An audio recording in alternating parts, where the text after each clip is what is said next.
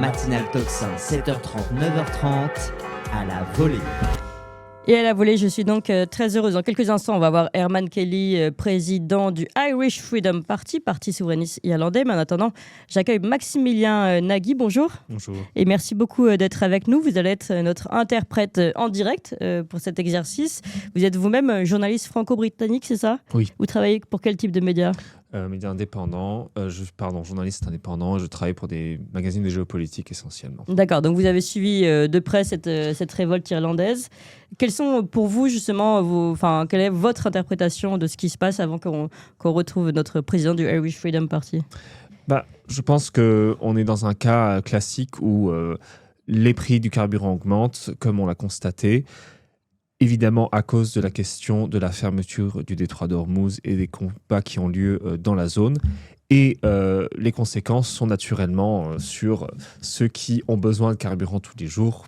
Rarement ceux qui vivent dans une grande ville comme Dublin ou Paris, mais bien sûr les agriculteurs qui en ont besoin pour leurs besoins quotidiens, tout simplement. Oui. Donc, je pense qu'on est vraiment dans un cas où le marché mondial a bien sûr des conséquences partout dans le monde, même si par ailleurs, on n'est pas nécessairement approvisionné par du gaz qui vient de cette région. En fait, le marché mondial, quand il y a une crise quelque part qui touche, par exemple, la question pétrolière ou du trafic dans une zone où des pétroliers passent, comme bien sûr le détroit d'Ormuz, on voit les conséquences immédiatement dans le monde entier.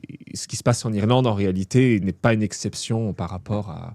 Ce qui est intéressant en Irlande, et qui est peut-être plus une exception, c'est que oui, les agriculteurs sont touchés par l'augmentation du coût du gazole. Mais ça provoque une crise politique. Et c'est peut-être ça qui est la différence absolument. avec les autres pays. Parce que nous-mêmes, et d'ailleurs je rappelle que chez nous, il va y avoir une grande réunion le 2 mai à Paris, qu'on va suivre d'ailleurs en direct sur Tocsin, parce que les agriculteurs, les camionneurs, les pêcheurs qui ne peuvent pas aller pêcher pour le moment, se réunissent pour se faire entendre et demander une aide. C'est tout simplement ça. Sauf que, en Irlande, ça a provoqué une crise politique. C'est évidemment tout ça qu'on va pouvoir aborder. Je rappelle un peu les informations avant qu'on retrouve notre invité, puisque le gouvernement irlandais a quand même annoncé un plan, d'abord de 250 millions d'euros le 24 mars, puis un deuxième le 12 avril dernier de 505 millions d'euros, avec une baisse d'environ 10 centimes par litre sur les carburants jusqu'à fin juillet. Mais malgré tout, le 14 avril, donc 2 jours après le dernier plan annoncé, les manifestations fortes ont provoqué une crise de régime, puisque le vote de confiance a failli, est passé vraiment tout juste. Donc le gouvernement a failli être renversé. Absolument. Alors, bien sûr, l'Irlande, c'est un petit pays, 5 millions d'habitants, dont, bien sûr, l'économie repose beaucoup plus, par exemple, qu'ici, sur l'agriculture, puisque... c'est un pays essentiellement rural. On comprend naturellement les conséquences politiques plus fortes que par exemple, sur le continent ou au Royaume-Uni, par exemple. Alors, ce qu'il faut retenir, c'est que ce qui caractérise la taille de l'Irlande, c'est aussi sa vie politique. Et que la démission récente d'un ministre dont je pense qu'on va parler... Oui. Michael Healy, naturellement caractérise aussi le fait qu'une crise comme ça pourrait faire tomber le gouvernement. On verra avec notre invité par ailleurs si c'est effectivement le cas. Oui, écoutez, il est arrivé notre invité Herman Kelly, président du Irish Freedom Party, parti souverainiste irlandais. Là, du coup, je vais vous demander de prendre votre casquette de traducteur. Bonjour Herman Kelly. Ça va, pas mon temps. Alors, aujourd'hui, nous assistons donc en Irlande à une crise, est-ce que vous pouvez faire la traduction ensuite, à une crise financière, à une crise agricole, à une crise qui tourne à une crise de régime, avec en effet ce vote de confiance du gouvernement qui a failli passer, donc un gouvernement qui a failli être renversé, plus un ministre, vous en parliez tout à l'heure, Michael Healy-Rae, qui a refusé de voter la confiance et qui a démissionné. Où en sommes-nous dans cette crise de régime? No, I understand. It's okay. Ah, ok. Yeah, it's actually, I'm actually surprised and very pleased that he resigned. But you know what? That vote, there was a vote, and it passed by five votes, and only 4 independents had to abstain, and that vote would have been won. Now, the reason I'm very pleased that the minister resigned, but he was under huge pressure because all over Ireland at the minute, or last week, in the last number of weeks, there's been huge number of rallies all around the country in towns, large and small, at the ports against. It's ostensibly it's about fuel tax, it's about carbon tax, it's about EU VAT, it's about excise duty, but really it's about the cost of living, and people are just protesting, especially farmers, hauliers, contractors. They've had enough of this expensive taxes. If you may stop here. Yeah. Si vous pouvez traduire. For the Maximien. translation. Herman Kelly était particulièrement surpris par le vote et le changement et la crise gouvernementale que provoquait, et tout particulièrement par la démission de Michael Healy-Rae, donc cet ancien ministre maintenant du gouvernement Attaché à l'agriculture. Attaché à l'agriculture, merci. Et décrit ici l'ampleur du phénomène qui véritablement touche le pays tout entier. Oui, il dit qu'il était sous haute pression, également qu'il y avait un ensemble de problématiques, que ce soit le prix du gaz, le prix du carburant, le prix, et notamment pour les fermiers, notamment pour les camionneurs, si j'ai bien compris tout ce que vous disiez, Herman Kelly. Alors, justement, vous commencez à expliquer l'ensemble de ce qui provoquait cette tension. Nous avons les mêmes problèmes en France, mais en France, ça n'a pas provoqué cette crise politique. Comment vous expliquez qu'en Irlande, cette tension autour du carburant, notamment, provoque une crise politique? Vous pouvez faire la traduction, peut-être? Bien sûr. No, I understand. Okay. I understand. Good. Has there? Yes. Well, the government. There was a vote of confidence, and the government won by 5 votes. That's very narrow. Now, there will be an election in Ireland within 3 years, but it's good that politics in Ireland in generally have been moving to the right over the last number of years, but there isn't a coherent and large right-wing party. The Irish Freedom Party are one of the nationalist parties, but there's no large, coherent party at the moment. But certainly the ideas that I started 7 years ago in the Irish Freedom Party have been taken on generally in the right, and also skepticism about the European Union and skepticism about climate, this climate cult and fear of carbon dioxide have increased dramatically. Alors, il y a un vote de confiance, le vote de confiance récent a été gagné par le gouvernement par 5 voix uniquement, ce qui est très étroit, très juste. Et si j'interprétais bien, Herman Kelly voit les élections approcher d'ici 3 ans avec une inquiétude, c'est qu'il y a un manque d'organisation de la part des partis dits de droite au sein de la politique irlandaise, avec un pays qui, malgré tout, a basculé essentiellement à droite. Donc, il y a un enjeu ici d'organisation des partis de droite, donc, pour remporter ces élections d'ici 3 ans. Oui, et puis parler du scepticisme qui montait autour de l'Union européenne. Autour de l'Union européenne en particulier. Et des questions climatiques et du traitement politique des questions climatiques. Absolument. Oui. And another big issue that really became much higher in the last number of years is that of uncontrolled mass immigration into Ireland. The numbers, you will be shocked by the increase in population. Since 1995, the population in Ireland South has gone up by 42%. It has gone up from 3.5 million to 5.3 million in 30 years. It's an incredible rate of change.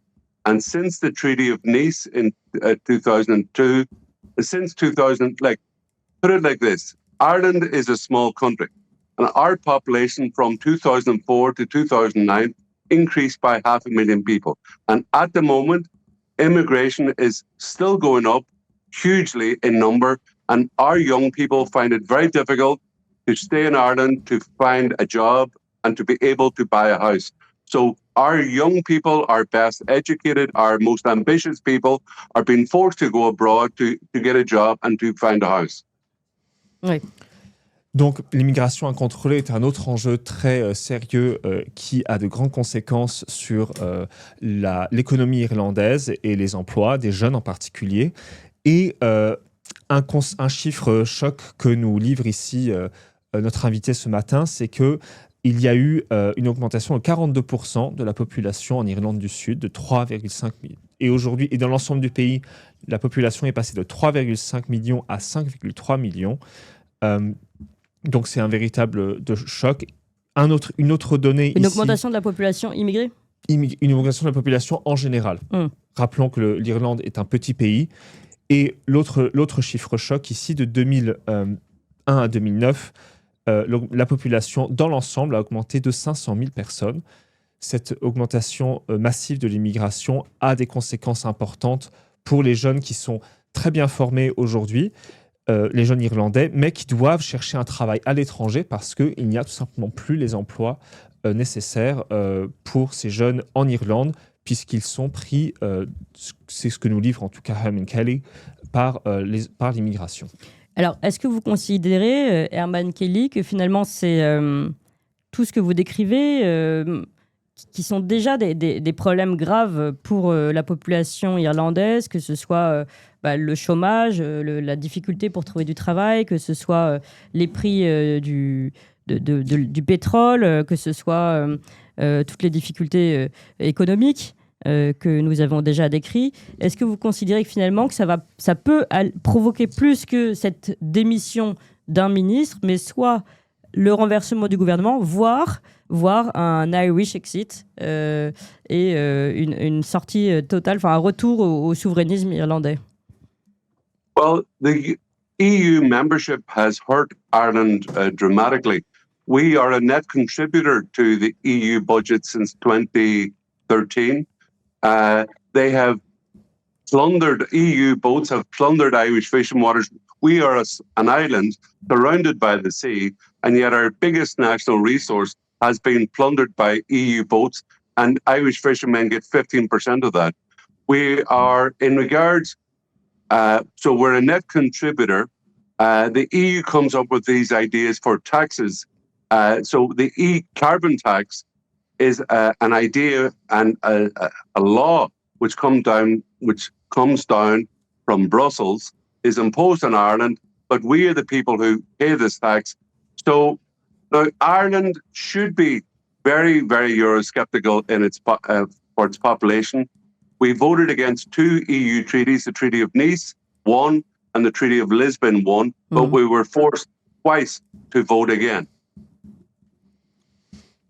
Donc l'Irlande, depuis que la participation plutôt de l'Irlande à l'Union européenne est un véritable fléau ou un véritable problème pour l'Irlande aujourd'hui, notamment pour ses ressources halieutiques, pour la pêche. Seulement depuis l'entrée de l'Irlande dans l'Union européenne et l'application notamment des règles du marché commun, eh bien, seuls 15% des ressources halieutiques de l'Irlande bénéficient véritablement aux pêcheurs irlandais. Un premier problème. Donc. Oui. Le deuxième problème étant la taxe carbone qui est imposée directement par l'UE et qui touche l'économie irlandaise profondément. Le troisième problème étant un problème démocratique, nous décrit Herman Kelly, sur l'imposition de deux traités de traités européens à l'Irlande, alors même que l'Irlande a voté contre le traité de Nice, puis le traité de Lisbonne. Nous avons eu la même chose en France, évidemment. La France avait voté contre le traité et il nous a été imposé par la suite. Finalement, encore une fois, j'arrive à ce point crucial. Est-ce que la révolte des peuples, que ce soit en Irlande ou en France, si ça monte aussi en puissance, peut provoquer un retournement contre cette Union européenne et ce système qui s'est imposé malgré les peuples? Yes, yes, for sure. There is an increasing, since we started the party 7 years ago, the nationalist and Eurosceptic sentiment has increased very, very sharply. That's centered around that idea of taxation, of contribution to the EU, about the harmful laws that are made in Brussels, imposed upon us every day of the week. Our complete loss of military neutrality is another issue. Now, parties are becoming more nationalist, more Eurosceptic, but we have a number of problems. One is that the media class in Ireland, which influence the political class, are very anti-nationalist and very pro-EU. Alors, il y a un sentiment nationaliste et eurosceptique qui a beaucoup augmenté en Irlande ces dernières années, à cause notamment de la taxation, comme nous venons d'en parler, de la perte de neutralité sur les sujets diplomatiques et de défense. Et puis, malgré cette hausse du sentiment nationaliste et eurosceptique au sein de la population, la classe médiatique demeure, elle, très pro-UE et méprise véritablement ce sentiment, cette montée de la nationaliste et eurosceptique dans le pays, ce qui est un premier problème. Et Herman Kelly nous parlait aussi, je crois, mais on peut détailler tout ça, justement de son parti qui avait gagné des membres, le Irish Freedom Party. Est-ce que vous pouvez nous parler justement de ce parti, Herman Kelly? Quelles sont les bases de ce parti et ses objectifs? Yeah. Well, our purpose is to leave the European Union. Now, myself, I ran in the last general election where I live in County Louth. I got 4%. There was 24 candidates. I came in number 10. I got 4% of the vote, which is half a quota. If we double my vote in the next election, I become elected to the parliament. It's good that, see, the thing is, like, I mentioned the problem of the ideological media that we have in Ireland are very anti-nationalist and very pro-EU. The second problem is that even though economically there's been a very sharp decline, conditions are much worse for Irish people, but the government is flush with money because of American corporation tax, because many American corporations are headquartered in Ireland. They pay their corporation tax in Ireland. And the government has billions of euro each year to spend for the housing, for the welfare, the medical care, education of all the migrants that come into Ireland. Normally, that would not happen in a country. But because the government is so rich, they are basically funding our replacement with taxes paid by American multinationals.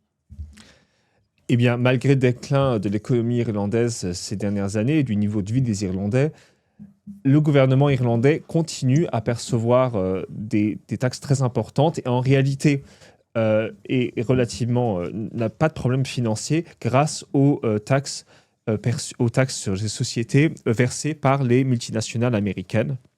Mais il ne dépense pas cet argent au profit de la population irlandaise. Ce qui est un vrai problème. Oui.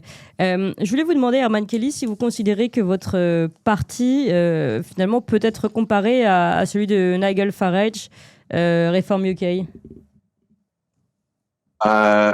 Est-ce qu'il est proche? Est-ce que vous avez les mêmes objectifs, on va dire? Est-ce que vous vous sentez proche de ce parti?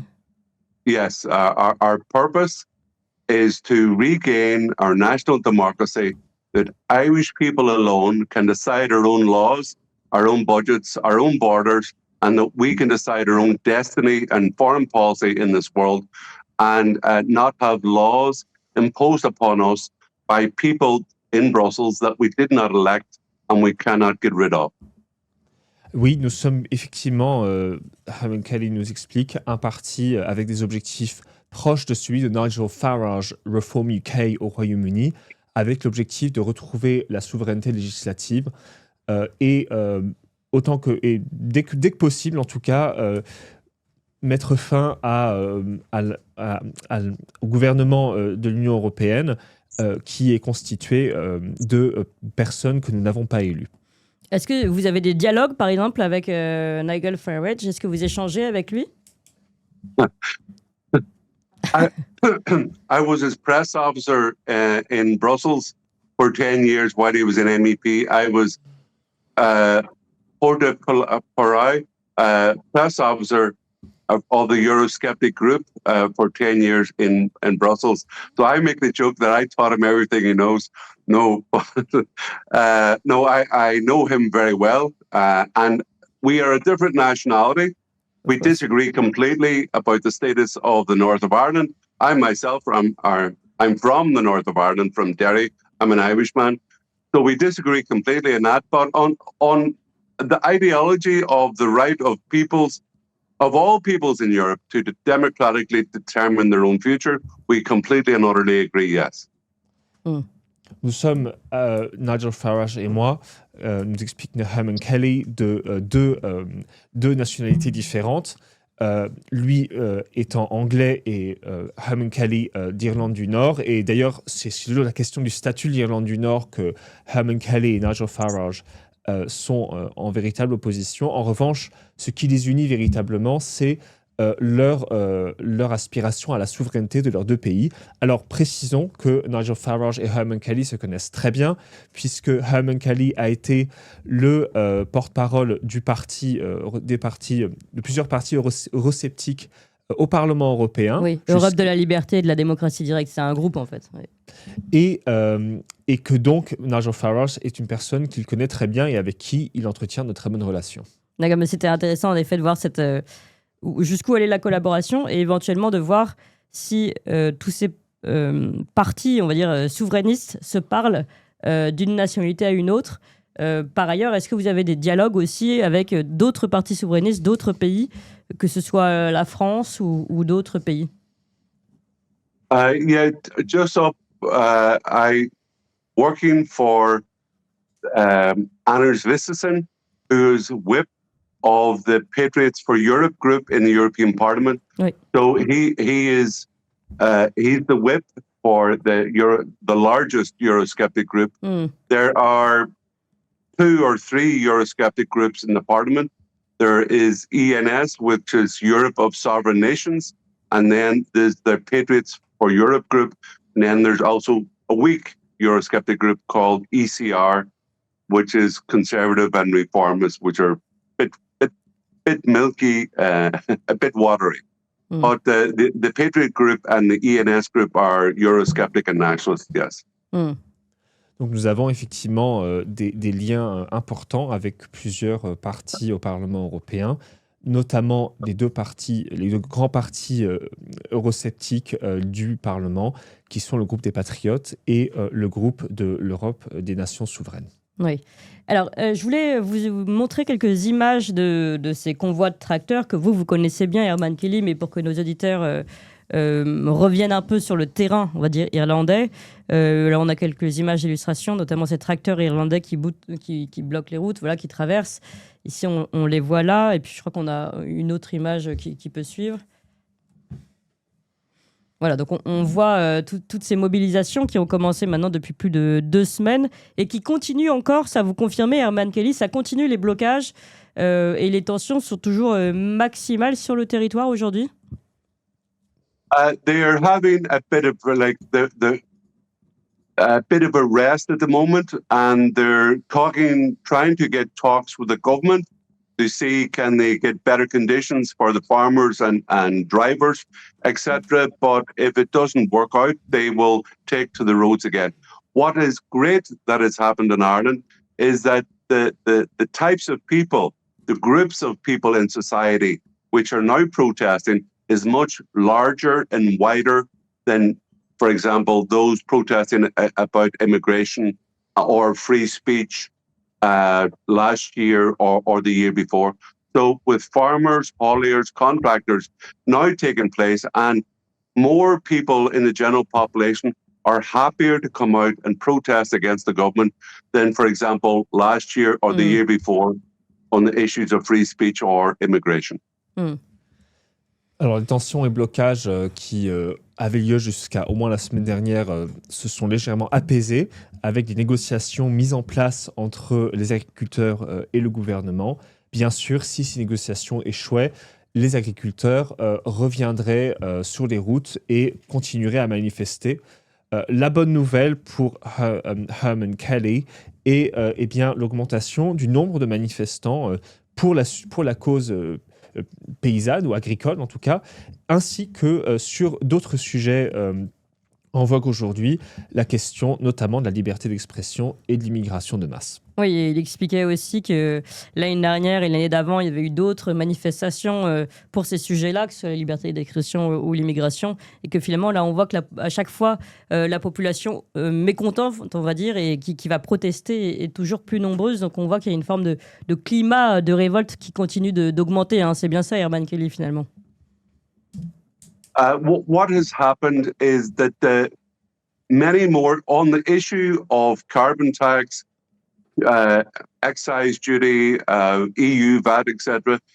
People in general are much happier to come out and protest on this issue because the media and the political class has made it almost taboo. They tried to make it taboo, to make it difficult for the people to protest about, for example, the mass immigration, loss of security, the cost to the taxpayer of the mass immigration in the country. So on the issue of carbon tax, for example, or fuel costs, it is much easier for people to come out and protest that because the media have tried to besmirch or scandalize with anybody protesting on the issue of mass immigration. And also on free speech, would you believe?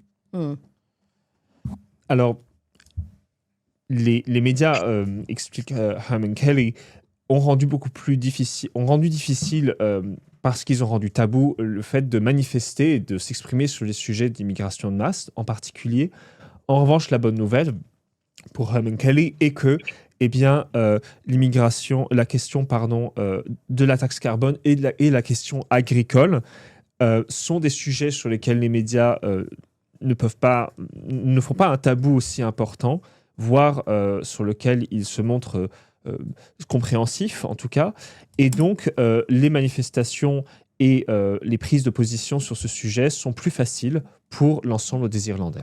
Oui, et dernière question, Herman Kelly, est-ce que vous pensez que ces révoltes, d'abord qu'on ne voit pas à ce niveau-là, qui ne sont pas aussi importantes en France, d'ailleurs ça m'intéresserait, peut-être une première question avant la dernière, de savoir pourquoi, à votre avis, en Irlande, la détresse agricole mobilise plus en Irlande qu'en France, si vous avez une explication. Et deuxième question, est-ce que vous pensez que ce climat de révolte va pouvoir se convertir dans les urnes, donc au moment du vote?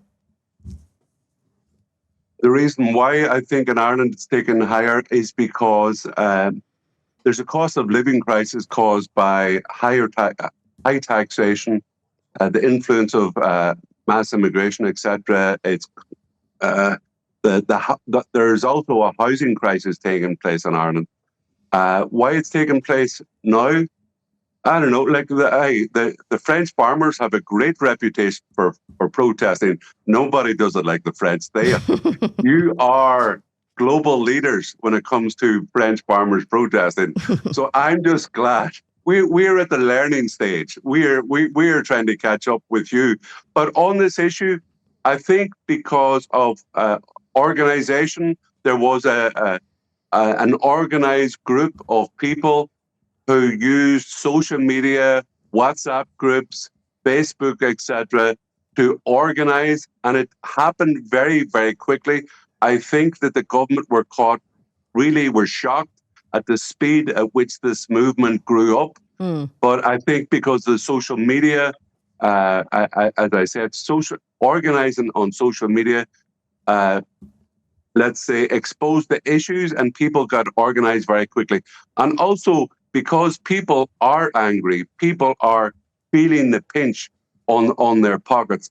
People see that their children are emigrating, they cannot get a house or a job. People can see this, so they're angry. I do hope that even though in general we're learning of the French farmers, I think the speed and the numbers which came out to protest in Ireland were shocked the government. And I do hope that French farmers, hauliers, drivers, and ordinary people who are concerned about the future of their country will come out and take from our example and take to the streets and show the government that they're very unhappy about the cost of living crisis and the loss of security, the loss of community, and take back national control of their country, which should be run for the benefit of Irish people in Ireland and for French people in France. Ça, c'était sur la première question. Peut-être vous pouvez traduire avant qu'on aille sur la deuxième. Oui. La question de la crise du coût de la vie explique en grande partie ces révoltes aujourd'hui en Irlande. Coût de la vie qui a largement augmenté à cause d'une hausse des taxes et d'une crise immobilière. Une grande qualité des fermiers français étant qu'ils sont probablement, selon Herman Kelly, les meilleurs manifestants du monde même et les mieux organisés jusqu'à aujourd'hui. Mais que les fermiers irlandais ont certainement appris de cela, mais en plus, eux aussi ont mis en place une organisation de grande envergure, notamment via les réseaux sociaux, et qui a permis une grande mobilisation qui a véritablement bousculé, choqué, voire choqué le gouvernement et manifesté une colère rarement vue auparavant dans le pays. Oui. Et alors, je vous repose cette deuxième question concernant la conversion de cette colère populaire dans les urnes. Est-ce que vous y croyez? Est-ce que vous pensez que ça va vraiment changer les choses politiquement, ce qui se passe en ce moment, Herman Kelly? Yes, I believe there's a growing movement towards the right, even though the media are very much on the left. The population, like we've had a number of rallies in Ireland over the last number of years on the issue. First, about mass immigration. There was huge rallies all around the country for 6 months on the issue of free speech, of which our party organised a lot of public rallies. And now people have got into the habit of protesting in public with rallies and blocking the roads, etc.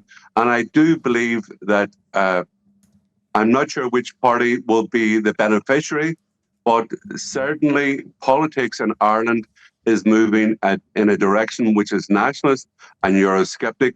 There is a number of parties, Independent Ireland into Irish Freedom Party. I believe we will all be the beneficiaries of this general movement and in a direction which is nationalist and Eurosceptic. And it cannot come quick enough. The problem in Ireland is that the parties that formerly were nationalist and conservative, Fianna Fáil and Fine Gael, have gone so far to the left. And Sinn Féin, which used to be a very strongly nationalist party, have become internationalist and Marxist. So in the issue of immigration, for example, or the issue of the EU, they're all terrible. Fianna Fáil, Fine Gael, Sinn Féin are all terrible. So there's now a movement towards new parties. Irish Freedom Party, Independent Ireland there's a movement towards these nationalist Eurosceptic parties because these older parties have failed us. Alors, il y a un mouvement très clair de la part de l'électorat irlandais vers des partis davantage nationalistes et eurosceptiques aujourd'hui, en particulier parce que les partis traditionnels irlandais, notamment les deux partis de la droite traditionnelle, Fianna Fáil et Fine Gael, sont devenus des partis de gauche, véritablement, selon Herman Kelly ici. Et Sinn Féin, qui est le parti nationaliste traditionnel, lui, est devenu un parti carrément altermondialiste et très favorable à la question migratoire en particulier, évidemment de l'ouverture des frontières dans ce cas-ci.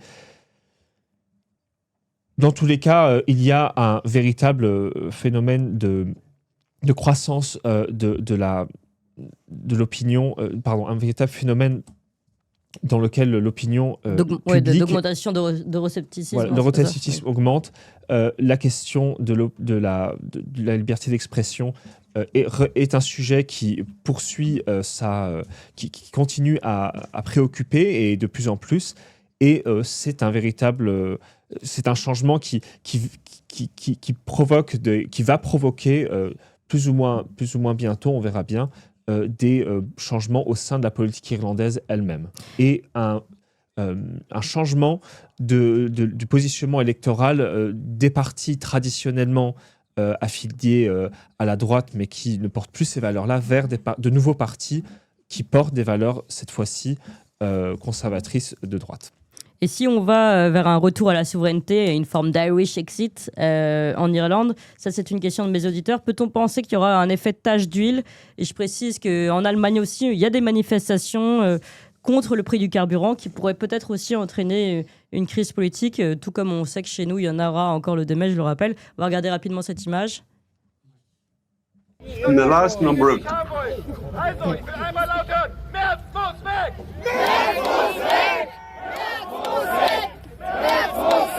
Voilà, donc ça c'est à Berlin, hein, je précise bien, c'est pas à Dublin, mais on voit bien cet effet un peu de révolte générale, et je repose la question du chat ici, Herman Kelly, est-ce qu'il pourrait y avoir un effet de tache d'huile dans l'ensemble des pays, si un pays commençait à redevenir souverainiste, est-ce que ça pourrait créer un effet domino, comme on dit chez nous?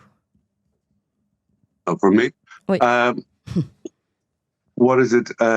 See, traditionally, in the last number of decades, when you take a poll, EU barometer poll, Ireland is one of the highest pro-EU countries in Europe.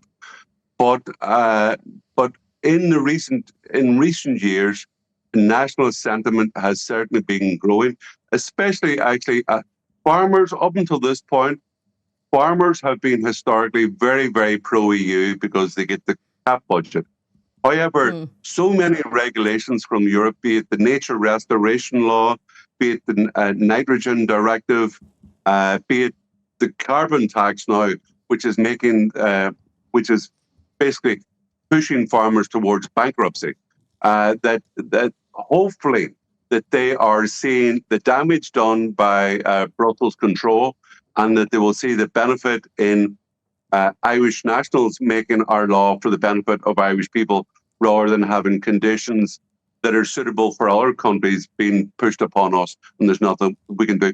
I do believe that Eurosceptic sentiment is growing in Ireland, especially on the issue of the cost of immigration and the security problems caused by mass immigration, and also this carbon tax, let's say climate alarmism, that hopefully, no, not hopefully, look, Ireland is becoming more nationalist and Eurosceptic, and I do expect that in the polls, in political life, that will be reflected in the polls in the coming years.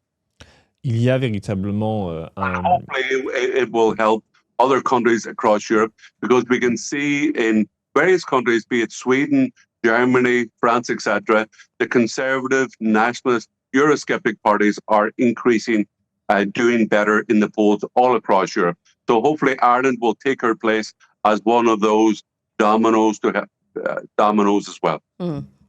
L'Irlande va certainement prendre sa place et est en train de prendre sa place au sein du mouvement eurosceptique et nationaliste dans l'Union européenne.